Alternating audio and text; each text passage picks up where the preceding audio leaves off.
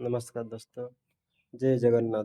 जय happy birthday Divyansh. आज बाबू birthday 5 वर्ष पहला बाबू के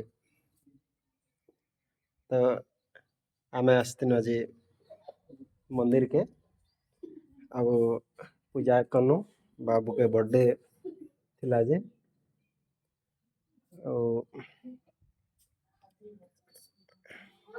बर्थडे रे गोटे कथा कहवाके चाहूँ आम आमर बड़ पुअर भी 10 वर्ष पड़ला ताको भी 10 थर मंदिर के आसु बाबू के 5 वर्ष पड़ला 5 थर मंदिर के आसु 10 वर्ष भितर 15 थर मंदिर का बर्थडे आसु। तो गोटे कथा कहवाके चाहूँचे जेनता कि छुआ मैंने बड़ी गले से माने मद मांस सहित तांकर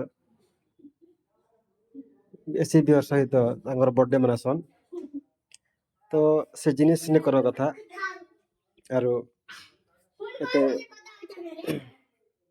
तो ये जिनिस से छुआ मैंने बड़ हेले बुझी करबा कथा तांके आस्था रखी करी आमे से मन के मंदिर के आनु छु पूजा करू छु माँ बापा से उनका आस्था रखी करी सब दिन भल जगह रे पूजा करू छन किंतु पियाने बढ़ी किना देले बढ़ी जीवे से माने मद बियर सहित एसी बियर सहित मद मांस सहित बर्थडे केक काटसन।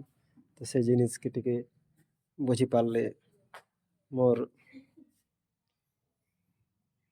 आमर जेन मनटा अच्छे हमको भल लगता।